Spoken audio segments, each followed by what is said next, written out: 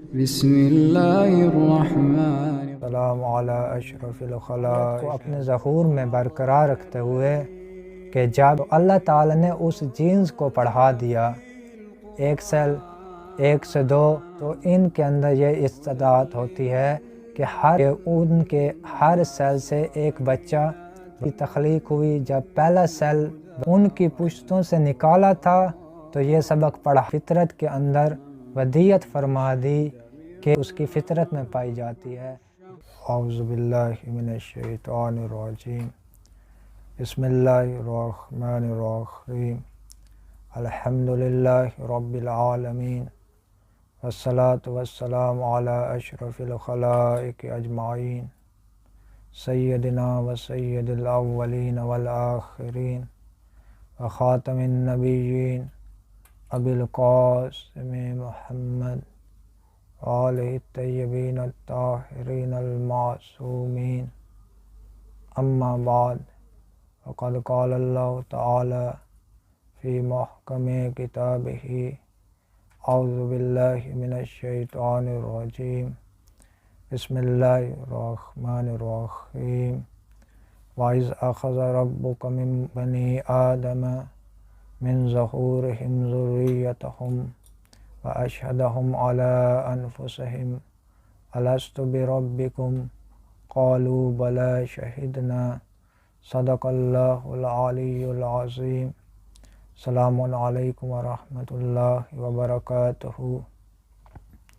کل کے درس میں ہماری گفتگو یہاں تک پہنچی کہ خداوند متعال نے جب انسان کو خلق فرمایا تو اس کی تخلیق کے اندر اپنی بندگی کو ودیت فرمایا، انسان کی فطرت کے اندر اپنی بندگی کو رکھ دیا۔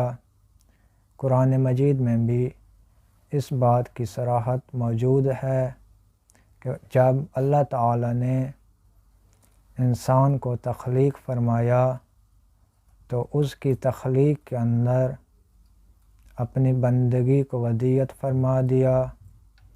قرآن مجید کی آیت میں ہے کہ اللہ تعالیٰ نے فرمایا وَإِذْ أَخَذَ رَبُّكَ مِن بَنِي آدَمَ مِن ظُهُورِهِمْ ذُرِّيَّتَهُمْ وَأَشْهَدَهُمْ عَلَىٰ أَنفُسِهِمْ أَلَسْتُ بِرَبِّكُمْ قَالُوا بَلَىٰ شَهِدْنَا۔ اور جب آپ کے رب نے اولاد آدم کی پشتوں سے ان کی نسل کو نکال رہا تھا، ان پر خود انہیں گواہ بنا کر یہ سوال کیا، کیا میں تمہارا رب نہیں ہوں؟ تو سب نے کہا کیوں نہیں، اور یہ بھی کہا کہ ہم اس بات پر گواہ ہیں۔ بنی آدم، اولاد آدم کو جب ان کی پشتوں سے نکالا جا رہا تھا، جب پیدا کیا جا رہا تھا، ان کی پشتوں سے نکالا جا رہا تھا، یہ بات آپ کے لیے واضح ہے کہ انسان کی خلقت کس طرح ہوئی ہے۔ آج کل ہر طالب علم جانتا ہے کہ انسان کس طرح پیدا ہوتا ہے۔ جرثومہ پد اور تخم مادر کے آپس میں ملنے سے، ان دونوں کے آپس میں جفت ہونے سے ایک سیل وجود میں آتا ہے۔ قرآن مجید میں بھی امشاج کا لفظ استعمال کیا گیا ہے۔ امشاج کا مطلب مخلوط ہونا، خلط ہونا، یعنی جرثومہ پد جب تخم مادر سے ملتا ہے تو ان دونوں کے ملاپ سے ایک جسمانی سیل کا وجود ہوتا ہے۔ یہ بات بھی واضح کر دوں کہ سیل دو طرح کے ہوتے ہیں، ایک جسمانی سیل اور ایک جنسی سیل۔ جسمانی سیل کے اندر سائنس کی تحقیق کے مطابق 46 کروموسومز پائے جاتے ہیں، جب کہ جنسی سیل کے اندر آدھے یعنی 23 کروموسومز پائے جاتے ہیں۔ 23 کروموسوم جرثومہ پیدر میں پائے جاتے ہیں اور 23 کروموسومز تخم مادر میں پائے جاتے ہیں۔ جب 23 کروموسوم جرثومہ پیدر سے اور 23 کروموسومز تخم مادر سے آپس میں ملتے ہیں، جب جرثومہ پیدر تخم مادر میں داخل ہوتا ہے تو تخم مادر 5 دن سے انتظار میں ہوتا ہے اور یہ دونوں آپس میں مل کر جفت ہو کر ایک جسمانی سیل کی بنیاد رکھتے ہیں۔ ان کے آپس میں ملنے سے ایک جسمانی سیل کا وجود ہوتا ہے۔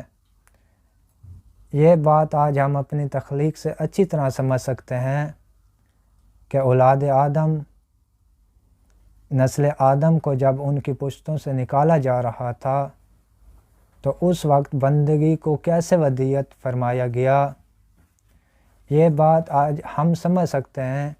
ہر بندے کے لیے یہ بات قابل فہم ہے، کوئی مسئلہ نہیں ہے، جیسا کہ قدماء کے نزدیک یہ مسئلہ رہا ہے۔ قدماء کے لیے یہ مسئلہ سمجھ میں نہیں آتا تھا، وہ اس کی ایک اور تفسیر کرتے تھے۔ اس دور میں کسی تحویل کی ضرورت نہیں ہے، آج کے دور میں یہ بات سائنس نے بھی سمجھا دی ہے۔ ہم آیت کو اپنے ظہور میں برقرار رکھتے ہوئے کہ جب پشت آدم سے اولاد آدم کو نکالا جا رہا تھا تو اس وقت اس کے سیل کو اللہ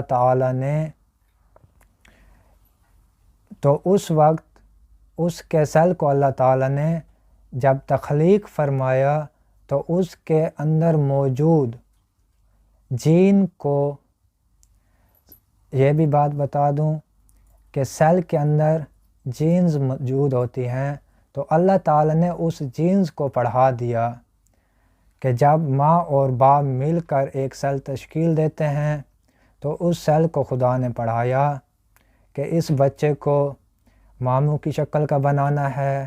کسی اور سیل کو یہ پڑھا دیا کہ نہیں، اس بچے کو چاچو کی شکل کا بنانا ہے، اور اسی طرح دوسرے سیلوں کو کہ اس بچے کو کس شکل کا بنانا ہے۔ یہ سب اللہ تعالیٰ نے اس سیل کو پہلے ہی دن سے پڑھا دیا۔ پھر سیل آپس میں تقسیم ہوتے ہیں، پہلے ایک سیل 1 سے 2، 2 سے 4، 4 سے 8، 8 سے 16، 16 سے 32، اور اسی طرح آگے یہ سلسلہ جاری رہتا ہے، اور کروڑوں اور اربوں کی تعداد میں یہ سیل وجود میں آتے ہیں۔ سائنس کی تحقیق کے مطابق کہ 2 سے لے کر 32 تک اور بعض کے نزدیک 100 تک، کہ جب یہ سیل 100 تک پہنچ جاتے ہیں تو ان کے اندر یہ استعداد ہوتی ہے کہ ہر سیل سے ایک بچہ پیدا ہو سکتا ہے۔ لیکن بعض سائنسدانوں نے کہا ہے کہ 32 سے کم، مثال کے طور پر 16 سیلز کے اندر یہ طاقت ہوتی ہے کہ ان کے ہر سیل سے ایک بچہ وجود میں آ سکتا ہے۔ لیکن یہ سیل جب 32 سے آگے بڑھ جاتے ہیں، 32 سے بڑھ جاتے ہیں، تو اس وقت ان کا کام تقسیم ہو جاتا ہے۔ بعض سیلز کے ذریعے آنکھ بنانے کا کام، بعض سیل کے ذمے کان بنانے کا کام، بعض سیلز کے ذمے ہاتھ بنانے کا کام، اور اسی طرح یہ کروڑوں سیل، اربوں سیل آپس میں کام تقسیم کر لیتے ہیں۔ بات یہ غور طلب ہے کہ اللہ تعالیٰ نے پہلے سیل کو، جب پہلے سیل کی تخلیق ہوئی، جب پہلا سیل وجود میں آیا، تو اس سیل کو یہ بات پڑھائی تھی کہ اس بچے کو ماموں کی شکل کا بنانا ہے یا چاچو کی شکل کا بنانا ہے۔ اب جب یہ کام تقسیم ہو جاتے ہیں تو ہر سیلز کو یہ پتہ ہوتا ہے کہ ماموں کی آنکھ کس رنگ کی ہے، کتنی بڑی ہے، ماموں کا کان کیسا ہے، ماموں کے ناک کیسی ہے، تو یہ سیلز تقسیم ہونے کے باوجود اپنی اس پہلی پڑھائی جانے والی بات کو نہیں بھولتے۔ تو اسی طرح جب اللہ تعالیٰ نے اولاد آدم کو ان کی پشتوں سے نکالا تھا تو یہ سبق پڑھا دیا تھا کہ کیا میں تمہارا رب نہیں ہوں؟ تو اس وقت انسان نے یہ کہا کہ کیوں نہیں، تو ہمارا رب ہے۔ اور یہ بات انسان کی فطرت کے اندر ودیعت فرما دی کہ میں تجھ کو صرف اور صرف اپنی بندگی کے لیے خلق کر رہا ہوں۔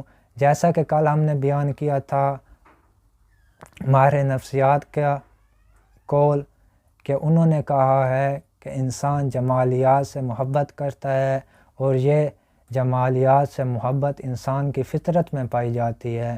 انسان حب آگاہی سے محبت کرتا ہے، اور یہ حب آگاہی انسان کی فطرت میں پائی جاتی ہے۔ اور اسی طرح انسان احسان کو پسند کرتا ہے، انسان احسان کرنے والا ہے، اور یہ بات اس کی فطرت میں پائی جاتی ہے۔ بالکل اسی طرح یہ بات بھی کل ہم نے بیان کی کہ اللہ تعالیٰ نے جب انسان کو تخلیق فرمایا تو اس وقت انسان کی خلقت کے اندر، انسان کی فطرت کے اندر اس بات کو بھی رکھ دیا کہ میں تجھے صرف اور صرف اپنی بندگی کے لیے خلق فرما رہا ہوں۔ تو ہمارا جو سلسلہ دروس تھا، ہم نے جو موضوع رکھا تھا وہ رکھا تھا فنا فی طریق اللہ۔ ہم نے اس عہد کو یاد کرنا ہے کہ جو عہد ہم نے اس وقت کہا کہ کیوں نہیں تو ہمارا رب ہے، جس عہد کو ہم بھول چکے ہیں، ہم نے ان دروس کے ذریعے اس بھولے ہوئے عہد کو ایک بار پھر سے تازہ کرنا ہے تاکہ ہم خدا تک پہنچ سکیں، اپنے نفس کو ترک کر کے صرف اور صرف خدا کی بندگی کر سکیں اور فنا فی طریق اللہ ہو سکیں۔ انشاءاللہ تعالی آئندہ دروس میں اس بھولے ہوئے عہد کو پھر سے یاد کرنے کی کوشش کریں گے۔